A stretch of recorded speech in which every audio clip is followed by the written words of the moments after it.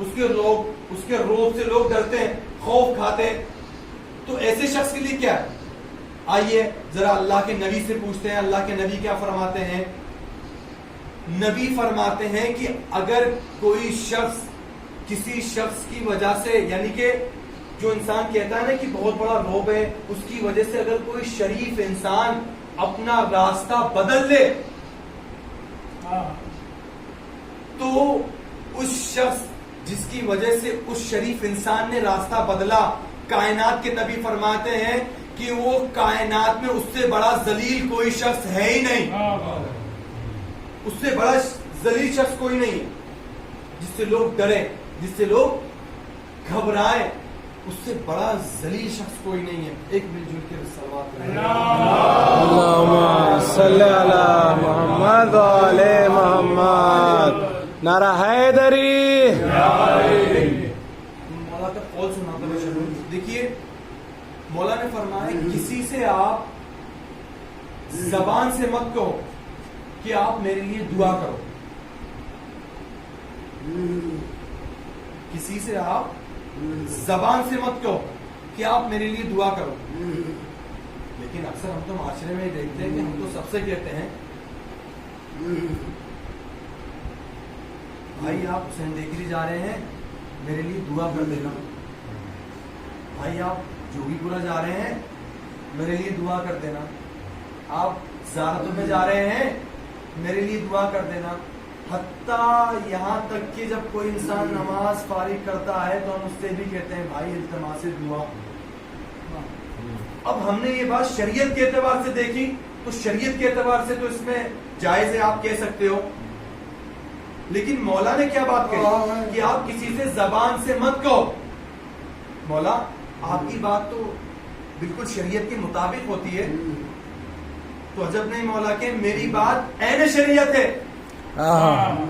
سبحان اللہ. دیکھیے پڑھے لکھے لوگ مجھے صرف ایک لفظ کا اضافہ کروں گا، یعنی میرے مولا بتانا یہ چاہتے ہیں کہ کسی سے صرف اور صرف زبان سے مت کہو کہ آپ میرے لیے دعا کرو، بلکہ کردار ایسا بناؤ کہ وہ آپ کے لیے دعا کرے. سبحان اللہ. اللہم صلی علی محمد و علی یہ محمد. کردار کس طرح سے بنے گا؟ کیسے بنے گا ہمارا کردار؟ یہ کردار ایسے بنے گا جب ہم اس پر احسان کریں گے. جب ہم اس شخص پر احسان کریں گے. اپنا کردار ایسا معاشرے میں بناؤ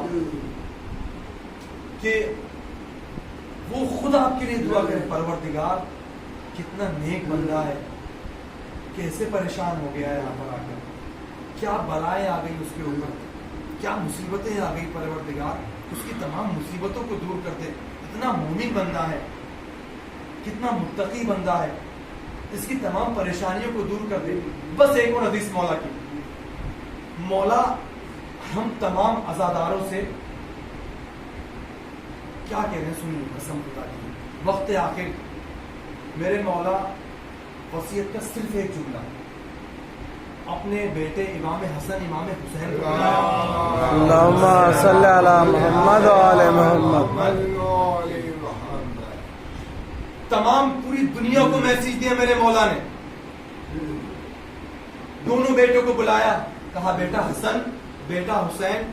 امام نے فرمایا، کیا فرمایا؟ نہج البلاغہ میں پورا خطبہ نہیں، صرف ایک جملہ، کونا للظالم خصما وللمظلوم اونا. سنیے میرے مولا کا جملہ، اے میرے بیٹے حسن و حسین، کونا للظالم خصما، ہمیشہ ظالم کے دشمن بن کے رہنا. سبحان اللہ. ہمیشہ ظالم کے دشمن بن کے رہنا. وللمظلوم اونا، اور ہمیشہ مظلوم کے مددگار بن کے رہنا. سبحان اللہ. کتنا پیارا قول مولا نے بتا دیا، پورا زندگی جینے کا طریقہ بتا دیا میرے مولا نے. دیکھیے اب دیکھتے ہیں کہ یہ ظالم کون کون. کیا اتنا ہی قول ہے مولا کا کہ آگے بھی ہے؟ لیکن قول اتنا ہی ہے.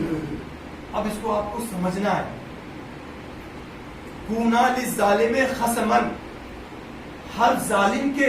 اچھا اگر ظالم کوئی ہندو ہو تو کیا نہیں؟ اگر ظالم شیعہ ہو تو ہم اس کے دشمن نہیں ہوں گے. ظالم اگر بھائی ہو ظالم اگر باپ ہو؟ ارے نہیں، میرے مولا نے کلی قاعدہ بتا دیا، کونا للظالم خصمن، ظالم کوئی بھی ہو اس کے دشمن بن کے رہنا، واہ واہ سبحان اللہ. اور مظلوم کوئی بھی ہو اس کے مددگار بن کے رہنا. یہ نہیں ہمارا مظلوم صرف شیعہ ہے تو ہم اٹھ کے کھڑے ہو گئے، نہیں، کوئی بھی ہو، شیعہ ہو، سنی ہو، بریلوی ہو، کوئی بھی ہو مظلوم، تمہیں اس کے مددگار بن کے رہنا ہے. ایک بلندر صلوات پڑھیں. اللہم صلی علی محمد وعلی آمین. دیکھیے میرے مولا جینے کا طریقہ بتا رہے ہیں. کبھی کبھی ایسا ہوتا ہے کہ کافر کی زندگی میں بھی ہمیں کچھ میسج ملتا ہے، کچھ سبق ملتا ہے. دیکھیے جناب ابراہیم کبھی اکیلے کھانا نہیں کھاتے تھے، کبھی اکیلے کھانا نہیں کھاتے تھے، ہمیشہ کسی کو ساتھ میں رکھتے تھے جب ہی کھانا کھاتے تھے. ایک دن بہت دیر ہو گئی، ایک کافر گزر رہا تھا، جناب ابراہیم نے بلایا، آؤ بیٹھو دسترخوان پر. وہ بیٹھا. اب جیسے ہی بیٹھا جناب ابراہیم نے کہا پڑھو بسم اللہ. کافر تھا، کہا کیا ہوتی ہے بسم اللہ؟ کہا کیا ہوتا ہے بسم اللہ؟ اس نے کہا شروع کرو میرے رب کے نام سے. کہا میں نہیں پڑھوں گا بسم اللہ. دیکھیے کافر تھا لیکن پیٹ کے خاطر عقیدہ نہیں بیچا اس نے. کافر تھا، کہا پڑھو بسم اللہ. کہا نہیں میں نہیں پڑھوں گا. کہا میں جب تک کہ کھانا نہیں دوں گا جب تک کہ تم بسم اللہ نہیں پڑھو گے. اٹھ گیا، چلا گیا. آواز قدرت آئی، اے ابراہیم جوش محبت تیری عقل پہ غالب آ گئی ہے، مجھے یہ بتاؤ. کہا پروردگار کیسے دے دیتا؟ وہ تیرا نام نہیں لے رہا تھا. کہا اچھا یہ تو بتاؤ ابراہیم وہ اپنے گھر پہ جا کے کس کا رزق کھاتا ہے؟ جو اپنے گھر پہ کھاتا ہے وہ کس کا ہے؟ وہ بھی تو ہمارے ہی ہے. دیکھیے کافر تھا لیکن اس نے پیٹ کے خاطر عقیدہ نہیں بیچا ہے. ایک بلندر صلوات پڑھیں. اللہم صلی علی محمد وعلی محمد. دیکھیے ہاں وسیم رضوی نے تو عقیدہ ہی بیچ دیا. رضوی تو ہم اس کو کہہ ہی نہیں سکتے ہیں، صرف وسیم نے اپنا تو عقیدہ کیا سب کچھ ہی بیچ دیا ہے. تو مولا زندگی گزارنے کا طریقہ بتا رہے ہیں اپنے اقوالوں میں، کس طرح سے زندگی گزاریں. لیکن عظمت مولا کو کوئی سمجھ نہیں پایا، میری مولا کی معرفت کو کوئی جان نہیں پایا.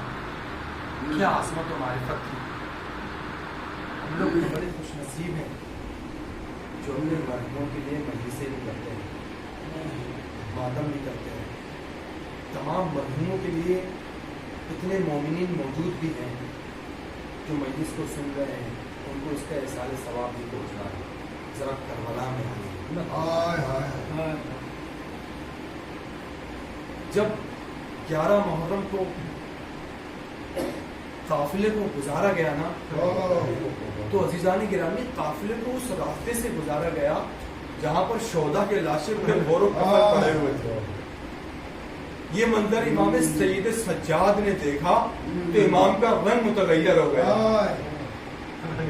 اب جیسے امام کا رنگ متغیر ہو گیا جناب زینب نے اپنے آپ کو ناقے سے گرا دیا. گرانے کے بعد جناب سید سجاد کے پاس آتی، آنے کے بعد کہتی ہے بیٹا سید سجاد کیا جان دینے کا ارادہ ہے؟ کہا پھوپھی اماں ارے تم نے انصاف نہیں کیا، انہوں نے اپنے پشتائے نجس کو تو دفنا دیا لیکن ارے میرا بابا، ارے میرا بابا 3 دن کا بھوکا پیاسا، ارے میرے بابا کو کفن نہیں دیا، ارے میرے بابا کو غسل نہیں دیا. ہاں عزیزان گرامی یہ قافلہ آگے بڑھا. اب یہ قافلہ جب آگے بڑھا، جب یہ زندان میں پہنچا، زندان کی تاریکی، عزیزان گرامی ایک مرتبہ جناب سکینہ نام سید سجاد کے پاس آتی ہے اور آنے کے بعد کہتی ہے بھیا سجاد مجھے یہ بتا دیجئے کہ پیاس کی کتنی منزلیں ہوتی ہیں. امام نے کہا کہ بیٹا سکینہ، اے بہن سکینہ پیاس کی چند منزلیں ہوتی ہیں. کہا ہے بھیا آپ مجھے امام وقت کے ہونے کے ناطے مجھے بتا دیجئے کہ کتنی منزلیں ہوتی ہیں. اب امام سید سجاد نے کہا کہ بہن سکینہ پیاس کی سب سے پہلی منزل یہ ہوتی ہے کہ انسان اتنا پیاسا ہو کہ اس کو زمین سے لے کے آسمان تک دھواں دھواں دکھائی دے. اب اتنا سننا تھا, جناب سکینہ چیخ مار کے رونے لگی. کہا بھیا سجاد ہاں میرا بھیا قاسم جب کربلا میں میرے بابا کے پاس آیا تھا تو وہ یہ کہہ رہا تھا اے چچا جان ارے مجھے زمین میں اور آسمان میں دھواں دھواں دکھائی دے رہا ہے, اس سے پیاس برداشت نہیں ہو رہی ہے. جناب قاسم کے جملے پھر امام سید سجاد فرماتے ہیں کہ پیاس کی دوسری منزل یہ ہوتی ہے کہ انسان اتنا پیاسا ہو کہ اس کی زبان اس کے تالو سے جا کے مل جائے. اب اتنا سننا تھا, جناب سکینہ چیخ مار کے رونے لگی. ہاں میرا بھیا علی اکبر ارے جب میدان سے پلٹ کے آنے کے بعد کہا اے بابا جان اگر مجھے 2 گھونٹ پانی کے مل جائے تو میں بتا دوں کہ بنی ہاشم کے شیر کیسے ہوتے ہیں. پھر امام سید سجاد کہتے ہیں کہ بیٹا سکینہ پیاس کی تیسری منزل یہ ہوتی ہے کہ انسان اتنا پیاسا ہو کہ جیسے اگر کوئی دریا سے مچھلی کو نکال دیا جائے, مچھلی کو نکالنے کے بعد مچھلی تڑپنے لگتی ہے اور جب تڑپ کے رک جاتی ہے تو اپنے منہ کو کبھی کھولتی ہے کبھی بند کرتی ہے, کبھی کھولتی ہے کبھی بند کرتی ہے. جناب سکینہ نے کہا ہاں ارے میرا بھیا علی اصغر کربلا کے میدان میں کبھی اپنے منہ کو کھول رہا تھا کبھی بند کر رہا تھا. عزیزان گرامی ظالم نے کہا ایک تھا کلام الحسین, ارے حسین کے کلام کو قطع کر دو. ایک تیر چلا جناب علی اصغر کے گلو میں لگا. عزیزان گرامی ایسے مظالم ڈھائے گئے ہیں, انسانیت کو پامال کر دیے گئے کربلا کے اس منظر میں.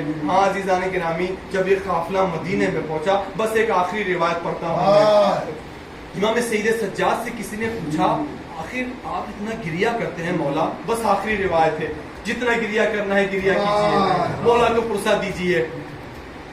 آخر کتنے پیاسے تھے آپ کے بابا, آخر کتنے پیاسے تھے؟ روایت سنیے. امام سید سجاد فرماتے ہیں کہ میرے بابا اتنے پیاسے تھے, تو نے کبھی خشک دریا کو دیکھا ہے؟ تو نے کبھی خشک دریا کو دیکھا ہے؟ جب کوئی دریا خشک ہو جاتا ہے نا تو اس کے اوپر پپڑیاں جمنے لگتی ہیں. ارے میرے بابا کی پیاس اس طرح تھی کربلا کے میدان میں. اب جیسے ہی اس نے یہ کہا نا, امام نے کربلا کا رخ کیا, وہ کہا اے بابا ارے آپ کو غسل نہ دیا گیا نہ کفن دیا گیا, کربلا کے میدان میں 3 دن کا